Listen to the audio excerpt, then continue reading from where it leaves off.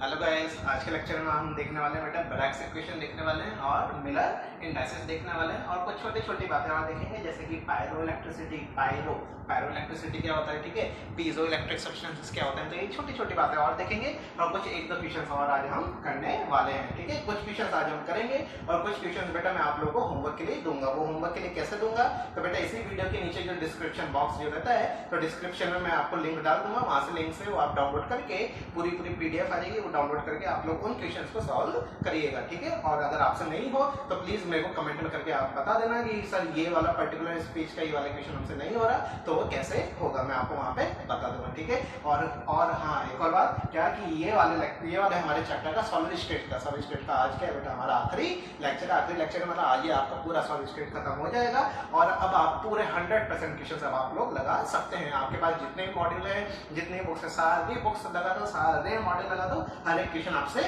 हो जाएगा, ठीक है। तो चलो चालू करते हैं। आज हम चालू करेंगे सबसे पहले ब्रैग्स इक्वेशन। तो ब्रैग्स इक्वेशन देखो नाम में आ रहा है ब्रैग मतलब कुछ मतलब तो इसका होता नहीं है ना, कुछ मतलब तो इसका होता नहीं है, अरे ठीक है। तो मतलब कोई ना कोई ये साइंटिस्ट रहा होगा, कोई ना कोई ये साइंटिस्ट रहा होगा, ब्रैग कोई साइंटिस्ट रहा होगा और वो साइंटिस्ट ने कोई इक्वेशन दी होगी, जब भी हमने क्या नाम दिया ब्रैग्स इक्वेशन। अब हुआ क्या तो बेटा ये इसके अंदर क्या करते हैं हम, किस चीज को हम इंसिडेंट करवाते हैं, क्या चीज डिफ्रैक्ट होती है, मतलब सारी की सारी चीजें हम इसमें देखने वाले थे। ये शुरुआत कैसे हुई थी, जो ब्रैग्स इक्वेशन बनी एकदम से ब्रैग इक्वेशन बन नहीं गई, इसके पहले कुछ ना कुछ थ्योरीज आई होगी, फिर उस थ्योरीज के बाद ब्रैग ने कोई ना कोई एक फॉर्मूला जनरेट किया होगा, कुछ ना कुछ इक्वेशन बनाई होगी, ठीक है। तो इसके पहले कौन सी थ्योरी आएगी, ठीक है, तो उसको एक बार देखते जाना।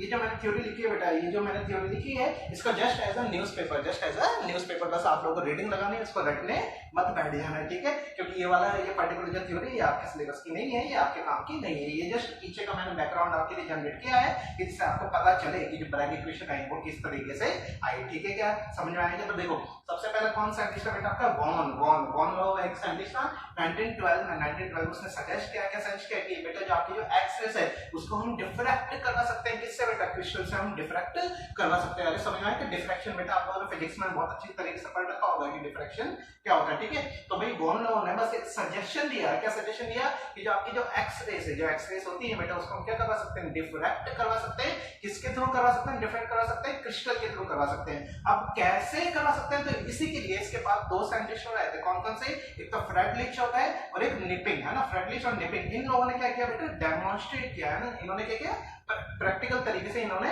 ये चीज को बताया कि हाँ बिल्कुल सही बात है कि एक्स-रेस को बेटा आप क्या करवा सकते हो, डिफ्रैक्ट करा सकते हो। किससे डिफ्रैक्ट करा सकते हो, क्रिस्टल से डिफ्रैक्ट करा सकते हो। तो इन लोगों ने क्या किया, इन दोनों साइंटिस्ट ने, इन लोगों ने कोई ना कोई एक क्रिस्टल लिया होगा, वो क्रिस्टल कौन सा था, ZnS। क्या कौन सा क्रिस्टल था बेटा, ZnS। तो इन दोनों ने क्या किया, एक बार हम देखते हैं कि भाई आपका letter Friedrich and Knipping successfully demonstrated the diffraction of X-rays by ZnS crystal से इन लोगों ने बेटा वो डेमोंस्ट्रेशन करवाया मतलब एक्स-रेस को क्या करवाया बेटा, इसमें डिफ्रैक्ट करवाया। आप खुद ही सोचो कि भाई एक्स-रेस इतनी भयंकर एनर्जी वाली जो आपकी एक्स-रे जो होती है बेटा, उसको इन लोगों ने डिफ्रैक्ट करा दिया। डिफ्रैक्ट तो जब हुई होगी ना, जब उसकी जो वेवलेंथ है वो भी सेम उसी ऑर्डर की होगी जिस ऑर्डर के आपके बेटा इंटरप्लेनर जो डिस्टेंस का जो d था वो भी उसी ऑर्डर का होगा, जब भी तो वो अंदर डिफ्रैक्ट कर गया होगा। समझ पा रहे हो क्या?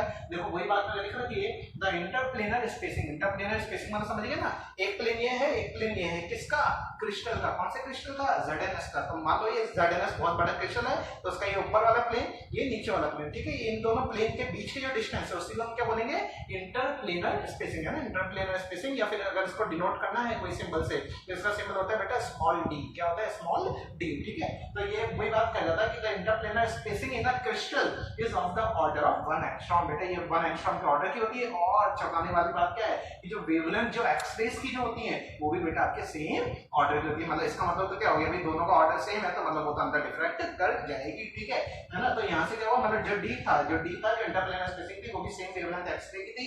किसके बराबर थी, अप्रॉक्सीमेट 1 एंगस्ट्रॉम के बराबर थी। So X-rays can be diffracted by crystals. मतलब इन्होंने तो प्रैक्टिकली डेमोंस्ट्रेट करके बता दिया कि भाई एक्स-रेस को आप क्या करवा सकते हो बेटा, आप डिफ्रैक्ट करवा सकते हो। बात ये आती है कि सर अगर मान लो ये पहला प्लेन है ना, ये पहला प्लेन, ये दूसरा प्लेन, तो भाई जो ऊपर जो पहला प्लेन है इस पे क्या आई होगी बेटा, आपकी एक्स-रे आई होगी। क्या आई होगी, एक्स-रे आई होगी। तो एक्स-रे आने के बाद वापस ऐसे डिफ्रैक्ट कर जा रही है, एक्स-रे आने के बाद वापस से डिफ्रैक्ट कर जा रही है। तो डिफ्रैक्टिंग क्यों कर रही है, क्योंकि यहाँ पे कोई ना कोई ऐसी चीज रही होगी ना जिससे न्यू टकरा के फिर वापस जा रही है। तो ये चीज क्या है, ये चीज थी बेटा आपके इलेक्ट्रॉन चार्ज पार्टिकल। क्या थे बोलो, इलेक्ट्रॉन थे, चार्ज पार्टिकल थे। तो हुआ क्या कि भाई यहाँ से जब आपकी जो एक्सरे आई तो एक्सरे ने क्या किया बेटा, इस इलेक्ट्रॉन में सेम वही फ्रीक्वेंसी दी भाई।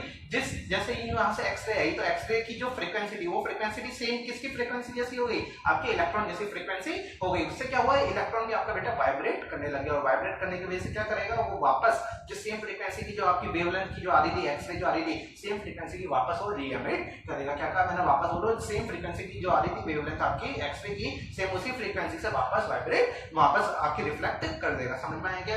ये तो था बेटा पहले प्लेन के बाद, सिमिलरली दूसरे प्लेन में भी तो ऐसा होगा कि वापस एक्सरे आ रही होगी फिर वो ऐसे ही जा रही होगी। अरे समझ पा रहे हो क्या? क्या कहा मैंने भाई, ये पहला प्लेन था, यहाँ से यूं एक्सरे आई और यहाँ से यूं चली गई। क्यों चली गई वो चीज समझ में आई क्या, कि भाई यहाँ पे इलेक्ट्रॉन जो था, इलेक्ट्रॉन क्या होता है बेटा, आपका चार्ज पार्टिकल होता है, कोई सी फ्रीक्वेंसी कोई आप चीज डालोगे तो वो क्या करेगा बेटा, वाइब्रेट करेगा। वाइब्रेट करने के बाद उसमें क्या होगा, वापस री एमिट करेगा आपके रेडिएशन को। ठीक है, सिमिलरली सेकंड प्लेन में भी यही हुआ होगा, एक्सरे आई होगी और वापस आके री एमिट कर गई होगी। समझ में आया क्या, वापस री एमिट कर गई होगी। तो ये पहला प्लेन था, ये दूसरा प्लेन है।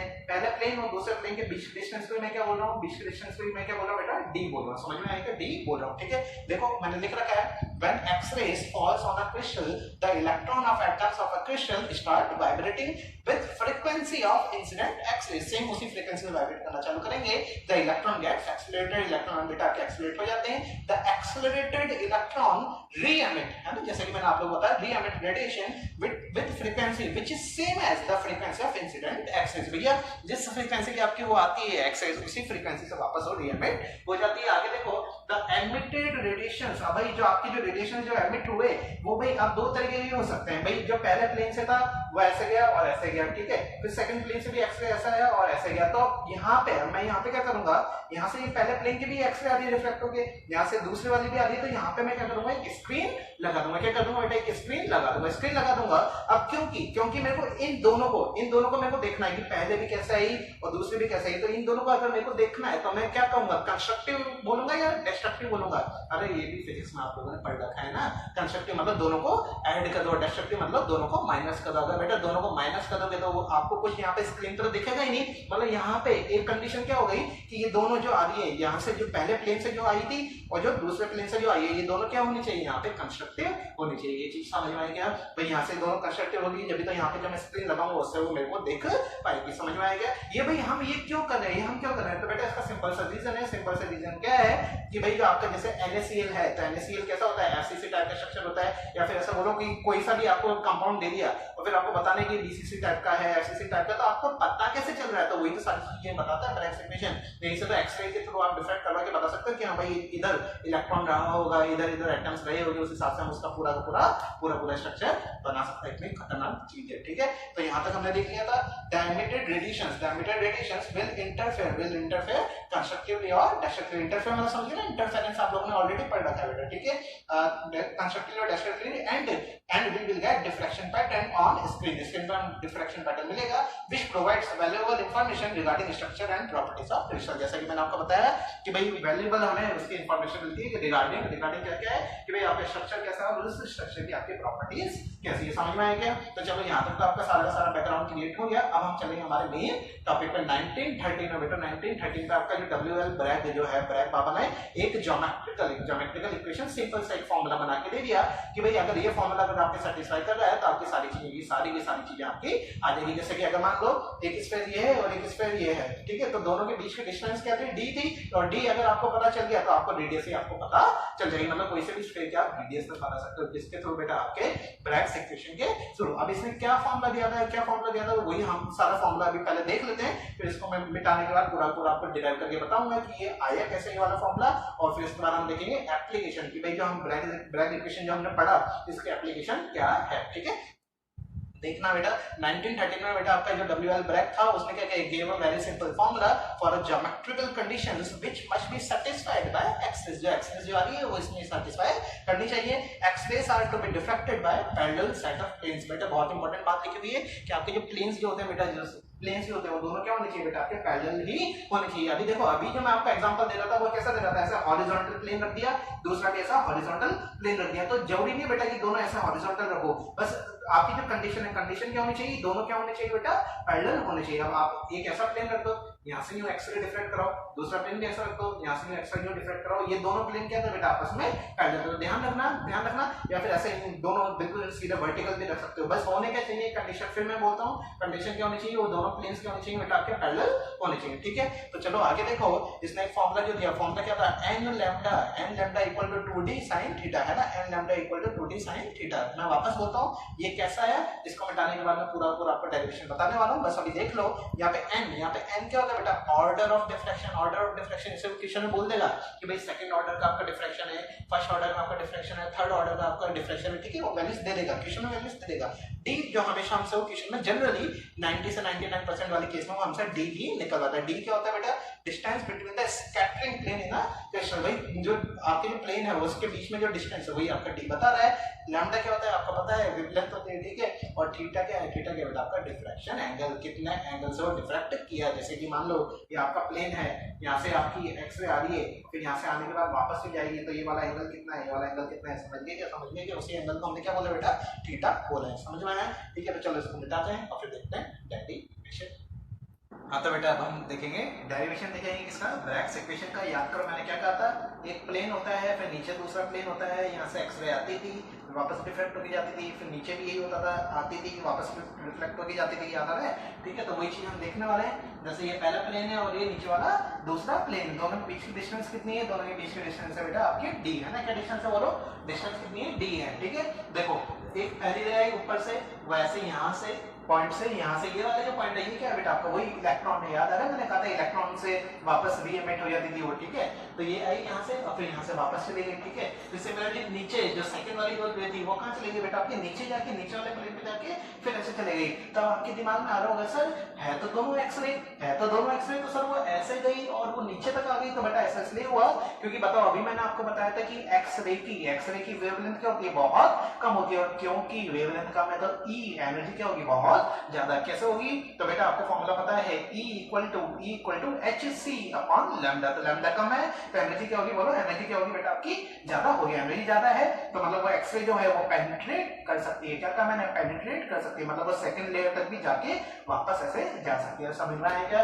तो वही चीज हम देखने वाले हैं। तो देखो सबसे जो पहली जो रे आई थी वो कितना एंगल से थी बेटा, थीटा से थी, और कितने से रिफ्लेक्ट हुई, वापस बेटा किससे रिफ्लेक्ट हो गई, और थीटा से रिफ्लेक्ट हो गई, ठीक है। उसके नीचे वाली देखो सेकंड वाली नीचे आई, यहाँ से ऐसे चली गई, बस ये इन दोनों पॉइंट्स को हमने जोड़ दिया, क्यों जोड़ दिया, क्योंकि ये वाले जो जहां से टकरा रही थी वो नीचे जहां से टकरा रही थी वो दोनों पॉइंट क्या थे बेटा आपके सेम, उस वाली लाइन को हमने ऐसे लाइन से जोड़ दिया। अब हम यहाँ पे क्या निकालेंगे बेटा, पाथ डिफरेंस निकालेंगे, मतलब क्या हुआ देखना, समझना, बहुत आराम से समझना। ये वाली पहली रे यहाँ से लेके यहाँ तक आई थी, ठीक है, दूसरी रे ने भी देखो यहाँ से लेके यहाँ तक का, तो देखो मैंने यहाँ से लेके यहाँ तक का जो जिसको मैंने ए पॉइंट नाम दे रखा है, यहाँ से लेके यहाँ तक का, तो डिस्टेंस वही है जो डिस्टेंस आपका यहाँ है। तो फिर फर्क कहाँ है बेटा, फर्क आया बेटा आपके एक्स्ट्रा कितना डिस्टेंस चला है, किसमें एक्स्ट्रा कितना डिस्टेंस चला है। तो देखो AD प्लस BC, क्या था मैंने, AD प्लस BC डिस्टेंस इस सेकंड वाली रे आपकी ज्यादा चली है, फिर वापस देखो, फिर यहाँ से B से लेके ये और यहाँ C से लेके ये दोनों फिर बराबर आपकी डिस्टेंस हो गई। तो कितना एक्स्ट्रा पाथ चला किसने, सेकंड रे ने, तो वही पाथ किसके बराबर है, AD प्लस BC। समझ में आया क्या, तो अब देखना मतलब क्या है कि हमें निकालना क्या है, AD निकालना है, तो क्यों ना हम ट्रायंगल ले ले बेटा ABD, कौन सा ट्रायंगल ले, ABD। तो ABD ही क्यों लिया हमने, क्योंकि बेटा ये देख लो राइट एंगल ट्रायंगल है, ये वाला एंगल कितना है बोलो 90 डिग्री है, तो क्यों ना हम ये वाला एंगल निकाल लें, क्यों निकाल लें, क्योंकि ये वाला जो डिस्टेंस है BD जो डिस्टेंस है देखो किसके बराबर है, आपके D के बराबर है ना, ये जो BD जो डिस्टेंस है ये किसके बराबर है बेटा आपके D के बराबर है। क्यों ना मेरे को अगर थीटा पता चल गया तो sin थीटा किसके बराबर होता है, परपेंडिकुलर अपॉन हाइपोटेन्यूज। परपेंडिकुलर क्या होगा बेटा, ये एंगल थीटा है, मतलब ये वाला एंगल जो है ये आएगा आपका थीटा आएगा, कैसा है अभी मैं बताता हूँ। ये एंगल जो होता है उसके अपोजिट वाली साइड क्या होती है आपकी, परपेंडिकुलर होती है, तो ये परपेंडिकुलर AD मेरा यहाँ से आ जाएगा अपॉन हाइपोटेन्यूज क्या है BD, जो मेरे को पता है ऑलरेडी कितनी है D के बराबर है, ठीक है। तो यहाँ से मेरा क्या आ जाएगा, यहाँ से क्या आ जाएगा मेरा AD आ जाएगा, और क्योंकि अगर AD आ गया तो AD और DC क्या है बेटा आपके बराबर है, तो AD प्लस BC से हमारी टोटल पाथ डिफरेंस आ जाएगा, ये टोटल कितना पाथ उसने एक्स्ट्रा चलाया, समझ में आएगा। तो बात आती है कि सर थीटा कैसा है, सर थीटा कैसा है, तो देखो कुछ नहीं है, कुछ नहीं, सिंपल सी मैथमेटिक्स है। देखो ये ऊपर वाला एंगल कितना था, ऊपर वाला एंगल कितना था, थीटा। तो एक बार बताओ ये वाला थीटा था, तो ये है क्या, ये बेटा 90 डिग्री है ना टोटल। देखो ये वाली डिस्टेंस और ये वाला जो साइड है और ये वाला जो है, इन दोनों के बीच की डिस्टेंस कितनी, इन दोनों के बीच का एंगल कितना है, इन दोनों के बीच का एंगल है 90 डिग्री। तो ऊपर वाला अगर थीटा है तो ये नीचे वाला कितना होगा, नीचे वाला कितना होगा, ये 90 माइनस थीटा। अरे समझ में आएगा, ये वाला कितना होगा 90 माइनस थीटा। अब एक और बात देखो बहुत अच्छी सी, क्या कि भाई ये 90 माइनस थीटा हो गया, भाई ये भी तो परपेंडिकुलर ये है, ये वाला भी तो परपेंडिकुलर ये। तो अगर ये वाला एंगल अगर 90 माइनस थीटा है तो ये कितना होगा, ये भी तो थीटा हो जाएगा ना। अरे समझ में आया क्या, ठीक है। तो बस वही मैंने नीचे वाला सा बना दिया, इन ट्रायंगल एबीडी में देख लो, ये वाला क्या है, थीटा है, और sin थीटा किसके बराबर है, परपेंडिकुलर अपॉन हाइपोटेन्यूज। याद है मैंने एक शॉर्टकट बताई थी इसकी, ठीक है। तो उसी तरीके से ये क्या है बेटा, आपका परपेंडिकुलर अपॉन हाइपोटेन्यूज। परपेंडिकुलर क्या है, एडी जो हमें निकालना है, हाइपोटेन्यूज क्या बेटा आपका डी है, तो बस लिखते हैं इसको, लिखते हैं। तो देखो किसके बराबर होगा, sin theta equal to perpendicular क्या बेटा आपका एडी है ना, अपॉन हाइपोटेन्यूज कितना है बेटा आपका डी के बराबर है। समझ में आया, यहाँ से एडी किसके बराबर आ गया, डी sin थीटा। एडी किसके बराबर आ गया, डी sin थीटा। और ये एडी किसके बराबर था, आपके डीसी के बराबर था। तो टोटल पाथ डिफरेंस जब मैं निकालूंगा कि एडी प्लस डीसी, तो एडी कितना है, डी sin थीटा, डीसी भी कितना हो जाएगा, डी sin थीटा। टोटल कितना हो गया, 2d sin थीटा। टोटल कितना हो गया, 2d sin थीटा। मैं कर देता हूं, यहाँ पे एडी किसके बराबर था बेटा, ये आपका डीसी के बराबर था, ठीक है। फिर हमने क्या किया, एडी प्लस डीसी क्यों किया, ये समझ गया ना, टोटल पाथ डिफरेंस हमने ये निकाल दिया। ये बराबर है बेटा आपका कितना, D sin theta plus D sin theta. तो ये टोटल कितना आ गया बोलो, ये टोटल आ गया बेटा आपका 2d sin थीटा।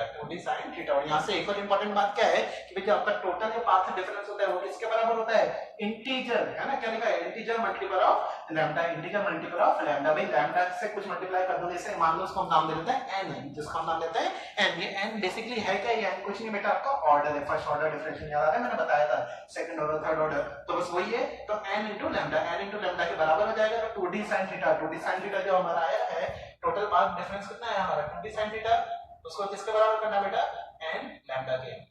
ये हो गया बेटा आपका, यही क्या है बेटा आपका, यही क्या आपका ब्रैग्स इक्वेशन। ये पूरा मैंने आपको डेरिवेशन बता दिया है ना। तो ध्यान रखना please, 2d sin theta equal to n lambda. मैं फिर बता देता हूं, यहाँ पे ज्यादातर टाइम को क्या पूछता है आपसे, डी पूछता है, याद है ना, डी पूछता है। जैसे मान लो ये पहला आइटम है, दूसरा आइटम है, दोनों के सेंटर्स के बीच की जो डिस्टेंस है वही क्या बेटा आपकी डी है ना, डी है। और डी किसके बराबर होगा बेटा आपके r/2 के बराबर होगा, r/2 के बराबर होगा।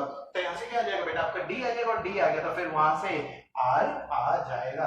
आई होप आपको समझ में आ गया होगा। और चलो ब्रैग इक्वेशन का हमारा आखिरी पार्ट आज अभी खत्म कर देते हैं। एप्लीकेशन ऑफ ब्रैग इक्वेशन की, ब्रैग की क्या आपकी एप्लीकेशन होती है। ऐसे तो बहुत सारी न्यूमरस एप्लीकेशंस होती हैं, बट इसमें आप लोग ये दो एप्लीकेशन आप लोग ध्यान रखना कौन कौन सी। एक तो एसआरएफ वाली और एक दूसरी क्या है एक्सआरडी वाली। एक्सआरएफ क्या है बेटा, एक्सरे फ्लोरेसेंस है ना। एक्सआरएफ क्या है, एक्सरे फ्लोरेसेंस स्पेक्ट्रोस्कोपी, या फिर एक और नाम होता है इसका डब्ल्यूडीएस, वेवलेंथ डिस्पर्सिव स्पेक्ट्रोस्कोपी। इसमें बेटा ये आपका काम आता है। तो इसमें क्या होता है, crystals of known d spacing है ना, crystals of known d spacing are used as analysing crystals in spectrometer. Please ध्यान रखें। और दूसरा क्या था कि एक्सआरडी में क्या है, द इंटरप्लेनर स्पेसिंग वही बेटा जो आपकी डी स्पेसिंग जिसको हम बोल रहे थे, d spacing of a crystal is used for characterisation and identification purpose. बेटा बहुत ज्यादा इंपॉर्टेंट इसके एप्लीकेशन है। यहाँ पे खत्म होता है बेटा आपका ब्रैग्स इक्वेशन। इसको मिटा के अब हम क्या करेंगे बोलो, क्या करेंगे, मिलर इंडाइसिस। क्या करेंगे, मिलर इंडाइसिस, ठीक है। देखने वाले बेटा Miller indices. Miller indices basically होता क्या है कि जब भी दो पैरेलल प्लेन्स हो, दो पैरेलल प्लेन्स के बीच की जो डिस्टेंस होती है उसको हम क्या बोलते हैं, डी बोलते हैं। और डी से ही हम क्या निकालेंगे बेटा, मिलर इंडाइसिस हम निकालने वाले हैं। तो मिलर इंडाइसिस कुछ नहीं है बेटा, कुछ नहीं है। देखो होता क्या है, ये जब प्लेन्स जो होते हैं बेटा आपके क्वेश्चन में, उसको हम डिस्क्राइब करते हैं। किससे डिस्क्राइब करते हैं, एक पर्टिकुलर सेट ऑफ इंटीजर से। ये तीन हमने इंटीजर ले रखे हैं, एक है h, एक है k, एक है l। इसी को हम बोलते हैं मिलर इंडाइसिस, ठीक है, नॉन एज मिलर इंडाइसिस। इसी को हम बोलते हैं मिलर इंडाइसिस। तो चीज समझ में आ गई ना, दो पैरेलल प्लेन के बीच की जो डिस्टेंस है d, उसी को निकालने के लिए हम क्या निकालते हैं बेटा, आपके मिलर इंडाइसिस निकालते हैं, ठीक है। तो देखना मोस्ट रिमेंबर पॉइंट्स क्या है बेटा आपके, जो मिलर इंडाइसिस जो होता है mi क्या बेटा, मिशन इंपॉसिबल नहीं, ये क्या है, मिलर इंडाइसिस है ना। मिलर इंडाइसिस के कुछ इंपॉर्टेंट पॉइंट्स हैं, मोस्ट रिमेंबर पॉइंट्स हैं जो आपको हमेशा ध्यान रखने हैं अगर आपको मिलर इंडाइसिस सॉल्व करना है, ठीक है। तो देखना सबसे पहला पॉइंट क्या है कि जो ओरिजिन है बेटा वो आपके प्लेन की क्या होना चाहिए बेटा, बिल्कुल क्लोजेस्ट होना चाहिए। मतलब आपको अगर मान लो कुछ भी दे रखा है, कुछ भी क्यूब बना के दे रखा है और कोई पर्टिकुलर प्लेन दे रखा है, तो वहां पे जो आपको जो ओरिजिन जो सेलेक्ट करना है, ओरिजिन ऐसा ओरिजिन होना चाहिए जहां से जो आपका प्लेन है वो क्या हो, बिल्कुल क्लोजेस्ट हो, बिल्कुल क्लोजेस्ट हो, ठीक है। सेकंड पॉइंट क्या है, plane should not pass through origin. बेटा जो आपका जो प्लेन है वो ओरिजिन से कभी भी पास नहीं करना चाहिए। अगर इन केस अगर पास करा ओरिजिन से, तो आपको क्या करना है, ओरिजिन का ही पॉइंट चेंज कर दो। क्या करना है, ओरिजिन का ही पॉइंट चेंज कर दो। इस तरह का भी क्वेश्चन अभी मैं कराऊंगा जिसमें जो आपका जो प्लेन है बेटा वो ओरिजिन से पास हो रहा है। तो हमने क्या किया, ओरिजिन हमने कोई और पॉइंट को हमने पर्टिकुलर कोई और पॉइंट को हमने क्या मान लिया, ओरिजिन मान लिया, ठीक है। उसके बाद क्या है, the distance between parallel planes in crystals are designated by d h k l, ठीक है। क्या है, जो डिस्टेंस होती है बेटा दो पैरेलल प्लेन्स, इसको हमने डेजिग्नेटेड कर रखा है डी से, तो बताते ही हैं, और डी के नीचे क्या लिख रखा है, एच के एल। ये तीन चीज आ रही है, एच के एल। तो यहाँ से समझ में आ रहा है भाई एक्सिस पे हम कितनी होगी, तीन एक्सिस होगी, और ऑब्वियस बात है क्यूब है तो क्यूब में तो तीन एक्सिस तो आनी है, एक्स एक्सिस, वाई एक्सिस और जेड एक्सिस। तो वही है, एक्स एक्सिस वाली जो लेंथ है कोई प्लेन की तो वो है एच, के क्या है वाई एक्सिस से लेंथ, और एल क्या आपके बेटा जेड एक्सिस से लेंथ। मतलब चीज समझ में आई कि देखो होता क्या है, ये बहुत देखने में बहुत ज्यादा आपको थोड़ा अजीब सा लग रहा होगा, बाकी बेटा बिलीव मी बहुत ज्यादा इजी है, बहुत ज्यादा इजी है, ट्यूशन पे से फट से ही हो जाएगा। देखो करना क्या होता है, जैसे अगर मान लो अगर मैं इसी क्यूब की अगर मैं बात करूं, इस क्यूब में कोई एक मैंने प्लेन ऐसा ले लिया, बिल्कुल है ना, कैसा ले लिया, बिल्कुल ऐसा, जैसे ये क्यूब जिस कमरे में खड़ा हूं, जिस कमरे में आपको पढ़ा रहा हूं, ठीक है, और बीच में एक मैंने प्लेन लगा दिया, इस फेस सेंटर से इस फेस सेंटर का बीच का ये वाला प्लेन, ठीक है, ये वाला जो प्लेन है। अब आपको क्या मानना है, एक ओरिजिन मानना है, तो ओरिजिन कोई सा ही पॉइंट मान लो। अगर मैं उस वाले कॉर्नर को, अगर मैं उस वाले कॉर्नर का बेटा मैं ओरिजिन मानूं, क्या कहा मैंने, अगर उस वाले पर्टिकुलर कॉर्नर को अगर मैं ओरिजिन मानूं, तो यहाँ से ये वाली पर्टिकुलर कितने डिस्टेंस, कितने ऊपर है, ये कितना ऊपर है, a/2 ऊपर है। जैसे a/2 ऊपर है कि भाई टोटल कमरे की तो एज लेंथ कितनी है, a है, और बीच में आपका फेस सेंटर वाले प्लेन पे ये है, आपका फेस सेंटर वाले प्लेन पे आपका ये आपका प्लेन है, तो कितने डिस्टेंस है, y एक्सिस से कितने डिस्टेंस पे ये है बेटा, a/2 डिस्टेंस पे। बात करें बेटा x एक्सिस से कितने डिस्टेंस पे, तो x एक्सिस ये है, एक्स एक्सिस ये है। अब एक्स एक्सिस से तो ये वाला प्लेन तो टच कर नहीं रहा, टच नहीं कर रहा मतलब बहुत आगे जा रहा होगा, बहुत आगे जा रहा होगा। तो इसका मतलब मैं क्या बोलूंगा, एक्स एक्सिस से कितने डिस्टेंस है, इसकी इनफाइनाइट डिस्टेंस है, कितने डिस्टेंस है, इनफाइनाइट। और सिमिलरली जेड एक्सिस, अरे जेड एक्सिस भी कितना होगा बोलो, चलता जाएगा भाई, प्लेन को थोड़ी कट करेगा, प्लेन को थोड़ी टच कर रहा है, या फिर ऐसा थोड़ी हो सकता है प्लेन से कुछ पर्टिकुलर डिस्टेंस पे, ये प्लेन तो यहाँ है, प्लेन तो यहाँ है, किसके पैरेलल है, किसके पैरेलल है, आपके कौन सी वाले एक्सिस के पैरेलल है, कौन सी वाले एक्सिस के पैरेलल है, एक्स और जेड वाली जो आपकी एक्सिस है, एक्स जेड एक्सिस जो है उसके पैरेलली आपके प्लेन लगा रखा है। तो ऑब्वियसली बात है जेड तो कितना जाएगा, इनफाइनाइट डिस्टेंस, एक्स में कितना जाएगा, इनफाइनाइट डिस्टेंस, वाई कितना जाएगा, a/2, मतलब वाई से a/2 डिस्टेंस के ऊपर मेरा एक वो प्लेन लाई कर रहा है। यहाँ तक समझ में आ गया। तो वही वाली चीज है कि h क्या हो जाएगा बेटा, h क्या हो जाएगा आपका x वाला मतलब इनफाइनाइट, k क्या हो जाएगा y वाला क्या बेटा आपका a/2, और l क्या हो जाएगा बेटा आपका z वाला मतलब ये भी क्या हो जाएगा बोलो, इनफाइनाइट हो जाएगा। समझ में आ गया यहाँ तक की बात, ठीक है। अब इसके बाद भी ये मिरर एंटाइसिस नहीं है बेटा, मिरर एंटाइसिस क्या होता है ये अभी मैं आगे आपको बताऊंगा कि इसमें एक स्टेप 2 भी होती है। स्टेप 2 क्या होती है, इनका हमें करना होता है बेटा रेसिप्रोकल करना होता है। क्या करना होता है, रेसिप्रोकल। जैसे इनफाइनाइट आ रहा था तो 1/इनफाइनाइट क्या हो जाएगा 0। दूसरा क्या आ रहा था, दूसरा एक आ रहा था a/2, तो a/2 का रेसिप्रोकल क्या हो जाएगा 2/a, क्या हो जाएगा 2/a। और तीसरा वाला जो इनफाइनाइट आ रहा था तो 1/इनफाइनाइट क्या हो जाएगा 0। तो बना क्या मेरा 0, 2/a और 0। तो ये a को दोनों तरफ खींच दो तो बचेगा क्या 0 2 0। अरे बोला ना 0 2 0 0 2 0। अब यहाँ से ये क्या निकाल दिया हमने, स्ट्रिंग मिरर एंटाइसिस निकाल दिया। देखो इतना इजी सा ये कांसेप्ट रहता है, चीज समझ में आई क्या, ठीक है। तो देखो आगे क्या बोल रहा है, For different cubic lattices, these interplanar spacing are given by the general formula। बेटा यही जो इंटरप्लेनर की स्पेसिंग होती है, दो पैरेलल प्लेन्स के बीच का डिस्टेंस है, उसको निकालने का एक फार्मूला होता है। क्या फार्मूला है, DHKL। क्या फार्मूला है, A क्या होता है बेटा आपका edge length upon under root of h² + k² + l²। जैसे कि अभी हमने निकाला था 0 2 0, तो 0 यहाँ पे रख दो 0 का स्क्वायर मतलब 0 है ना, यहाँ पे 2 का स्क्वायर मतलब 4, और यहाँ पे वापस 0 का स्क्वायर, यहाँ पे वापस 0 का स्क्वायर। तो समझ में आया ना। तो बोलो 0 का स्क्वायर मतलब प्लस ये 0 हो गया, प्लस 2 का स्क्वायर मतलब 4 हो गया, प्लस 0 का स्क्वायर मतलब 0 हो गया। तो टोटल कितना है 4, और अंडर रूट ऑफ 4 कितना है 2। तो मतलब यहाँ से डिस्टेंस कितना आ गई a/2। बोलो ना दो पैरेलल प्लेन के बीच की जो डिस्टेंस है वो कितनी है a/2। इस तरीके से कर लोगे क्या, इस तरह कर लोगे क्या, ठीक है। बस आपके दिमाग में एक बात आ रही होगी, सर हमें कैसे पता चलेगा ये वाली एक्स एक्सिस, ये वाली जेड, ये वाली वाई? तो बेटा आप लोग कुछ भी ले सकते हैं, कोई सी भी एक्सिस ले लो, मिलर इंडाइसेस आपकी यही रहने वाले हैं। ज्यादा से ज्यादा क्या होगा, अभी हमारा क्या आ रहा है 0 2 0 आ रहा है, फिर क्या आ सकता है हमारा 0 0 2 आ सकता है, या फिर क्या आ सकता है 2 0 0, है ना? क्या कहा मैंने, या तो 0 0 2 आ जाएगा, या 0 2 0 आ जाएगा, या फिर 2 0 0 आ जाएगा। अरे इन तीन के अलावा कोई केस पॉसिबल ही नहीं है ना, तो ये तीनों के तीनों बिल्कुल करेक्ट आंसर है। वो डिपेंड करता है कि आपने एक्सिस आपने किस तरीके से आपने ले रखी है। समझ में आया ना, है ना? देखो है ना, बहुत प्यारा, बहुत इजी। ठीक है, तो अभी शुरुआत हम इजी क्वेश्चन से करेंगे, इसका लेवल बढ़ाते रहेंगे और इतने खतरनाक आप क्वेश्चन करवा देंगे कि उससे टफ कभी भी आपका मिलर इंडाइसेस में बन नहीं सकता। तो चलो देखो आगे, यहाँ पे मैंने आपको ये सारी चीजें बताई थी। ए क्या था बेटा आपका एच लेंथ था, एच के एल क्या था बेटा आपके मिलर इंडाइसेस थे, किसके बेटा आपके प्लेन के थे। अगला पॉइंट क्या है, when a plane is parallel to an axis, जब भी आपका कोई प्लेन है बेटा आपके एक्सिस के अगर पैरेलल रहेगा, तो जो इंटरसेप्ट है बेटा क्या है, जो इंटरसेप्ट है with that axis is taken as infinite. जैसे कि मैंने अभी आपको बताया था कि अगर कोई सा प्लेन अगर पैरेलल है, जैसे अभी मैंने एग्जांपल बताया था एक्स और जेड वाला, याद आ रहा है? तो उसको हम क्या लेते हैं बेटा, उसको हम क्या लेते हैं, इनफाइनाइट लेते हैं, and the Miller will be zero. Miller zero कैसे हो गया, क्योंकि याद करो मैंने बोला था सेकंड स्टेप में हम क्या करते हैं, रेसिप्रोकल करते हैं, तो 1 अपॉन इनफाइनाइट क्या हो जाएगा, जीरो। ठीक है, समझ में आया ना? तो उसका मिलर क्या होगा, जीरो। अगला, negative sign in the Miller indices is indicated by placing a bar on the intercept. बेटा क्या होता है, जैसे अगर मान लो मैंने आपसे कहा था, ये कई बार ऐसा हो जाता है जो आपका प्लेन है, कई बार ऐसा हो जाता है जो आपका प्लेन है वो कहां से पास करता है, ओरिजिन से पास करता है। तो याद करो मैंने कहा था कि ओरिजिन को ही हम चेंज कर देंगे। ओरिजिन को चेंज कर देंगे तो अगर मान लो मेरा प्लेन नीचे लाई कर रहा है, मैंने ओरिजिन माना ऊपर वाले कॉर्नर को, ओरिजिन माना मैंने ऊपर वाले कॉर्नर को, मेरा प्लेन नीचे लाई कर रहा है, तो नीचे मैं नीचे आ रहा हूँ वाई एक्सिस में, नीचे नेगेटिव में आ रहा हूँ, तो उस वाली पर्टिकुलर डिस्टेंस को क्या बोलेंगे, नेगेटिव, है ना? उस वाली पर्टिकुलर, भाई नीचे आ रहा हूँ, नीचे मतलब मेरी डिस्टेंस क्या हो रही है, माइनस में हो रही है। और जब भी माइनस में जब आपका ये मिलर इंडाइसेस आता है तो आगे माइनस ही लगाते हैं, हम क्या करते हैं उसके ऊपर बार लगा देते हैं। बोलो ना क्या लगा देते हैं, उसके ऊपर बार लगा देते हैं। जैसे कि अगर मान लो माइनस ए डिस्टेंस नीचे है, तो इसको मैं क्या बोलूंगा, ए के ऊपर बार। अरे बोलो ना, ए के ऊपर बार, बस वही वाली चीज है। ठीक है, अगला, all parallel planes have same Miller indices. कोई से भी पैरेलल प्लेन्स आप ले लो, जैसे अभी हमने ये लिया था, इसके ऊपर वाला ले लो, उसके ऊपर वाला ले लो, कोई से भी ले लो, आपका जो भी मिलर इंडाइसेस हो हमेशा क्या आने वाला है बेटा, आपका सेम आने वाला है। ठीक है, उसके बाद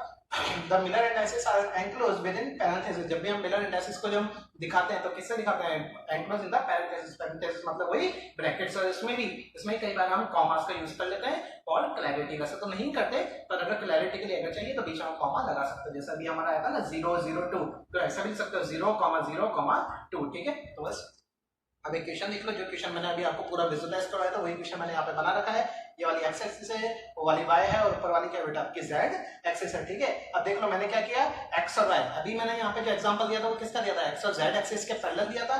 यहाँ पे देख लो किसके पैरेलल आ रहा है, एक्स और वाई एक्सिस के पैरेलल आपने प्लेन खींच दिया, और कितने जेड से कितने डिस्टेंस है बेटा, वो a/2 डिस्टेंस है। भाई टोटल तो कितनी होती है, a होती है, ये वाली डिस्टेंस कितनी है, a/2। एक्स और वाई के पैरेलल है तो उसका इंटरसेप्ट कितना लेंगे, इनफाइनाइट लेंगे, जैसा कि अभी मैंने रूल में बताया था। ये सेकंड स्टेप क्या होती है, रेसिप्रोकल कर दो, ये इनफाइनाइट 1 अपॉन इनफाइनाइट हो जाएगा 0, y भी क्या हो जाएगा 1 अपॉन इनफाइनाइट होगा 0, ये 1 अपॉन a/2, ये कितना हो जाएगा 2, तो ये कितना आ गया बेटा, इसके मिलर इंडाइसेस क्या आ गया 0 0 2 0 0 2। और अगर मान लो यहाँ से d h k l निकाल दो तो रख लोगे ना वैल्यूज, a रख दो अपॉन अंडर रूट ऑफ 0 0 2, मतलब h की वैल्यू 0, k की वैल्यू 0 और l की वैल्यू 2। समझ में आएगा? तो देख लो जब भी आपका same answer d h k l वो ही सेम आंसर आएगा जो अभी मैंने आपको दूसरे तरीके से बताया। दूसरा तरीका मतलब एक्स और जेड एक्सिस, जो मैंने बोला था ना आपसे कि आप एक्सिस कोई सी भी ले सकते हो, तो बेटा एक्सिस वापस वही वाली बात है, एक्स और जेड आप कोई सी भी एक्सिस मान लो, आपका जो आंसर है फाइनली वो आंसर तो क्या आने वाला है बेटा, आपका सेम आने वाला है। समझ में आएगा यहाँ तक की बातें? तो चलो ये तो पहला ही क्वेश्चन था, अब और अच्छे क्वेश्चन हम करते हैं, इसको मिटाते हैं और अच्छे क्वेश्चंस देखते हैं। देखो सबसे पहला वाला जो क्वेश्चन है, सबसे पहला वाला क्वेश्चन क्या है कि देखो कहाँ पे जो आपने जो प्लेन जो लिया है वो प्लेन कौन सा लिया है। जैसे मान लो जिस रूम में आप बैठे हैं तो उस रूम में कोई सी भी, जैसे आपके राइट वाली दीवार ले लो चाहे लेफ्ट वाली दीवार ले लो, कोई सी भी दीवार ले लो, तो वो वाला मैंने आपका प्लेन ले रखा है, वो वाला मैंने प्लेन ले रखा है। तो देखो एक्स एक्सिस है, अगर मैं ओरिजिन बेटा इस वाले पॉइंट को अगर मैं मानता हूँ, क्या कहता हूँ, अगर मैं ओरिजिन इस वाले पॉइंट को मानता हूँ तो एक्स एक्सिस से कितने डिस्टेंस पे है, एक्स एक्सिस से कितने डिस्टेंस पे, बोलो दिख रहा होगा ए डिस्टेंस पे, मतलब एक्स के नीचे तो क्या लिखूंगा मैं, बोलो एक्स के नीचे तो क्या लिखूंगा 0, एक्स के नीचे तो क्या लिखूंगा a लिखूंगा, है ना, एक्स के नीचे तो क्या लिखूंगा a लिखूंगा।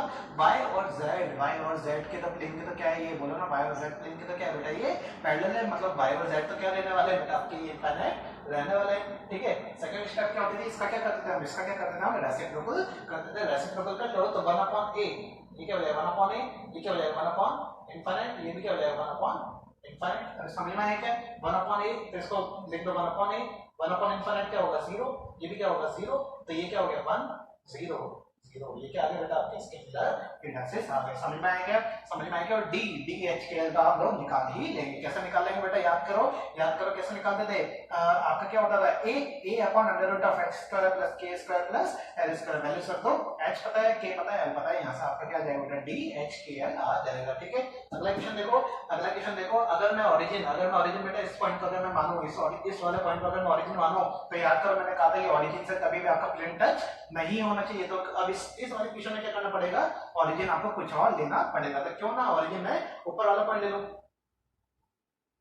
क्यों ना ओरिजिन में ऊपर वाला पॉइंट ले लो। याद करो मैंने आपको कहा था कि ओरिजिन भैया अगर दूसरा है, मतलब ऊपर वाला है, तो ऊपर से जब नीचे आ रहे हो डिस्टेंस क्या होगी? माइनस की डिस्टेंस होगी क्या?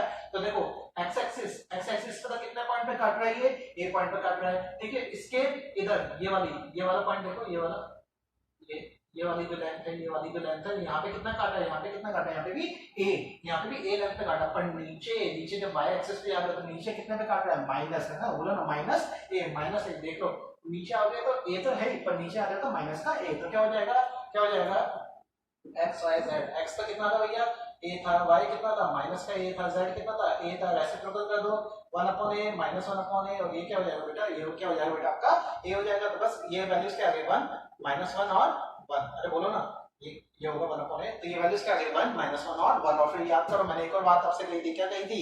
कि भाई माइनस साइन से मिलर इंडाइसेस नहीं पता तो क्या करते हैं कि जहां पे माइनस आता है तो उसके ऊपर क्या लगा देते हैं? बिल्कुल सही, क्या लगा देते हैं? बार लगा देते हैं। देखो इसको मैं कैसे लिखूंगा?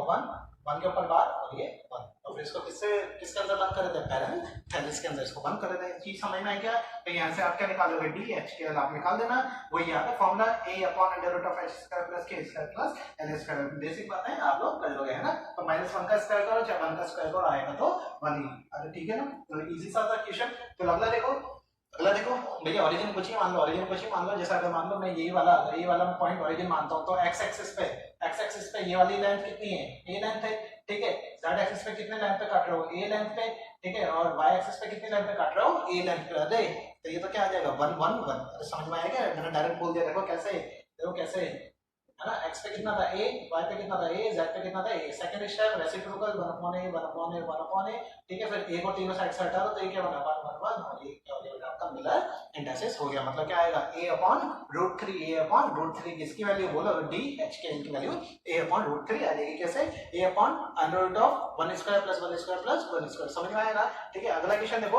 अब ये है बेटा आपका डायगोनली। क्या कर रहा है बेटा? ये आपका डायगोनली कट कर रहा है। मतलब मैं आपको किस तरीके से बताऊं, तो देखना जिस क्यूब में आप बैठे हैं, तो इस क्यूब में डायगोनल एक प्लेन खींच दो। डायगोनल प्लेन खींच दो मतलब वो वाले कॉर्नर से वो वाला कॉर्नर जब मिला रहे हो, और फिर वापस ये वाले कॉर्नर से ये वाला कॉर्नर मिलाओ, तो ये डायगोनली आपने इसको क्या कर दिया? सारे क्यूब को आपने काट दिया। तो देखो किया क्या भैया? आपने एक्स एक्सिस पे आपने कितनी लेंथ पे काटा? एक्स एक्सिस पे आपने कितनी लेंथ पे काटा? एक्स एक्सिस पे देखो, एक्स एक्सिस पे ये वाली कितनी लेंथ पे आप काट रहे हो? ये वाली लेंथ कितनी है? ए लेंथ है। वाई एक्सिस पे आप कितनी लेंथ पे काट रहे हो भैया? ए लेंथ पे काट रहे हो। पर जेड में क्या जा रहा है बेटा? ये पैरेलल जा रहा है। याद करो मैंने जब कहा था, जब वो पैरेलल होता है तब हम क्या ले लेते हैं? उसको इनफाइनाइट हम ले लेते हैं। तो देखो एक्स वाई जेड, ये क्या था? ए, ये क्या था? ए, ये क्या था? इनफाइनाइट। तो 1 अपॉन इनफाइनाइट। सेकंड स्टेप, तो ये क्या हो जाएगा? 1 1, और ये क्या हो जाएगा? 0। तो ये मिलर इंडाइसेस के आगे इसके 1 1 0। समझ में आया क्या? मैं फिर बोल देता हूँ एक्सिस आप लोग अपनी मर्जी से ले सकते हैं। तो इसके 3 आंसर हो सकते थे। क्या हो सकते थे? 1 1 0 हो गया, 0 1 1 हो गया, या फिर 1 0 1 हो गया। तीनों आंसर्स आर करेक्ट। वो डिपेंड करता है कि आपने एक्सिस कौन से लिए, या फिर ऐसा बोलो आपके क्वेश्चन वाले ने एक्सिस कौन से आपको दिए। ठीक है, इसके बाद अब ये 2 क्वेश्चन बेटा मैंने आपको होमवर्क के लिए दिए हैं। ये दोनों क्वेश्चन आप लोग प्लीज अटेम्प्ट कीजिएगा। देखो मैं थोड़ा बहुत आपको आइडिया दे देता हूँ। ये वाला ओरिजिन है, बीच वाला, यहाँ से ओरिजिन मान के चलना।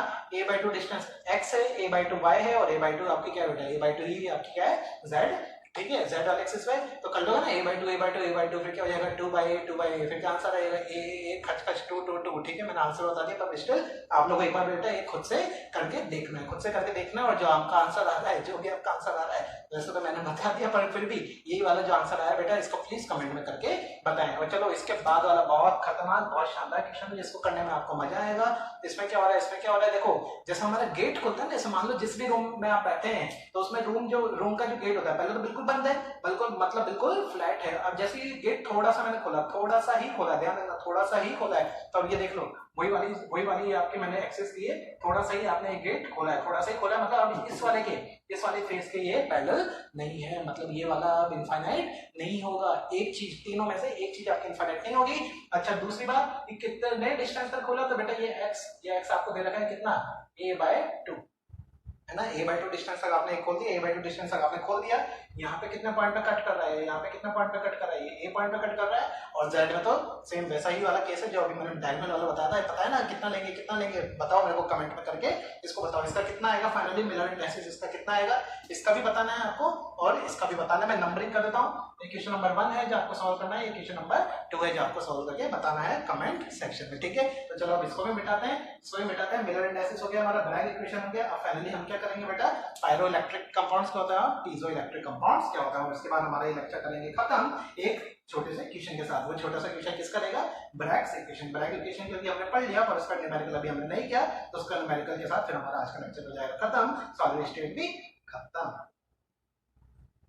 हाँ तो बेटा अब हमारा लास्ट टॉपिक है पायरो इलेक्ट्रिसिटी। पायरो इलेक्ट्रिसिटी क्या होता है देखते जाना। पायरो इलेक्ट्रिसिटी बेटा कुछ नहीं, जब भी कोई कंपाउंड को, ध्यान से सुनना, जब भी कोई कंपाउंड को आप हीट कर दो या कूल कर दो, हीट करने पे या कूल करने पे अगर उसमें इलेक्ट्रिसिटी जनरेट हो रही है तो उसको क्या बोलेंगे, पायरो इलेक्ट्रिसिटी। एक बार डेफिनेशन इसकी देख लेते हैं। डेफिनेशन क्या है, pyroelectricity can be described as the ability of certain materials to generate a temporary voltage. भाई टेम्परेरी वोल्टेज सुना जाता है, इलेक्ट्रिसिटी इसमें जनरेट हो जाती है कब, व्हेन दे आर हीटेड और कूल्ड, जब भी उसको हीट करो या फिर कूल करो उस टाइम पे, है ना। अगर पर्टिकुलर कुछ टाइम के लिए टेम्परेरी अगर इलेक्ट्रिसिटी आ रही है तो उसको क्या बोलेंगे, पायरो इलेक्ट्रिसिटी। जबकि अगर हम कोई कंपाउंड को अगर प्रेशर अप्लाई करें, स्ट्रेस अप्लाई करें, प्रेशर अप्लाई करो या स्ट्रेस अप्लाई करो, ठीक है, वैसे दोनों अलग अलग टर्म्स आप लोगों ने फिजिक्स में पढ़ा होगा, प्रेशर और स्ट्रेस में क्या डिफरेंस है। खैर यहाँ पे हमारे लिए एक ही बात है कि भाई प्रेशर अप्लाई करो, स्ट्रेस अप्लाई करो, तो जो इलेक्ट्रिसिटी जो जनरेट हो रही है वही क्या बेटा आपकी पीजो इलेक्ट्रिसिटी। समझ में आएगा, जो इलेक्ट्रिसिटी जनरेट हो रही है बेटा वही क्या आपकी पीजो इलेक्ट्रिसिटी। एक बार डेफिनेशन देख लेते हैं पायरो की।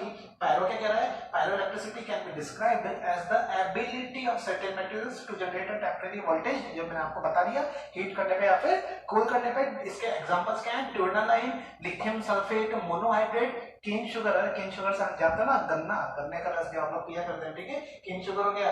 फेरोइलेक्ट्रिक बैरियम टाइटेनेट, है ना, क्या है फेरोइलेक्ट्रिक बैरियम टाइटेनेट याद है आप लोगों ने, मेरे से क्वेश्चन पूछा भी था जो लोग मेरे से कंटिन्यूअसली मेरे से कांटेक्ट में है कि सर ये बैरियम टाइटेनेट किसका एग्जांपल है, फेरोइलेक्ट्रिक का हुआ करता था, देखा था आप लोगों ने।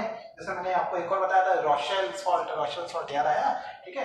तो देखो बैरियम टाइटेनेट, इसका मैंने आपको फॉर्मूला ही बताया था BaTiO3, ठीक है। तो चलो छोड़ो, तो ये सारे एग्जांपल्स इसके बेटा के पायरो इलेक्ट्रिसिटी की, इनको थोड़ा सा ही आपको हीट कर दो, कूल कर दो, उससे इलेक्ट्रिसिटी इसमें जनरेट हो जाएगी टेम्परेरी कुछ पर्टिकुलर टाइम के लिए, ठीक है। उसके बाद पीजो इलेक्ट्रिसिटी, जैसा कि मैंने आपको बताया कि इलेक्ट्रिसिटी रिजल्टिंग फ्रॉम प्रेशर या फिर स्ट्रेस एंड लेटेंट हीट है बेटा, इन सब से जो आपकी इलेक्ट्रिसिटी जनरेट हो रही है वही क्या आपकी पीजो इलेक्ट्रिसिटी। एग्जांपल क्या बेटा इसका, क्वार्ट्ज, है ना, एग्जांपल क्या बेटा आपका इसका क्वार्ट्ज। के बहुत सारे आपके एग्जांपल्स होते हैं बेटा पीजो इलेक्ट्रिसिटी के, जैसे कि आपका इलेक्ट्रिक लाइटर जो होता है आता है बेटा, इलेक्ट्रिक लाइटर जो आता है, ठीक है, इलेक्ट्रिक लाइटर जो आता है उसमें आपका पीजो इलेक्ट्रिसिटी काम आता है। और ट्रांसफार्मर्स भी होते हैं, कुछ ऐसे भी ट्रांसफार्मर होते हैं जिसमें पीजो इलेक्ट्रिसिटी काम आता है। आपका एसी डीसी का आप लोग पढ़ते हो, एसी वाले में जरूरी, एसी वाले में काम आता है ये पीजो इलेक्ट्रिसिटी, ठीक है।